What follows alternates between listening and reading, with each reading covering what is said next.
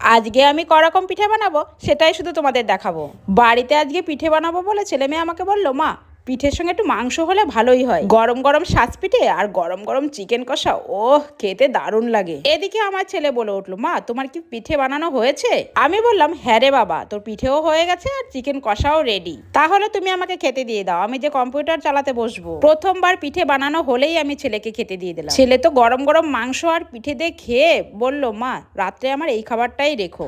আজকে তুমি কি কি পিঠে বানাবে? তুমি কি পিঠে খাবে বলো, সেই পিঠে আমি বানিয়ে দেবো। প্রথম তুমি আমাকে একটু নতুন গুড়ের পিঠে দাও তো, একটু খেয়ে দেখি। তারপরে ঝাল পিঠে, পেঁয়াজ পিঠে এবং ধনেপাতার পিঠে হলে তো খুব ভালোই হয়। ঠিক আছে, আজকে তোমাকে সব রকম পিঠে বানিয়ে খেতে দেবো। আচ্ছা, তুমি দুধ দিয়ে ভিজানো পিঠাটা কি করবে না?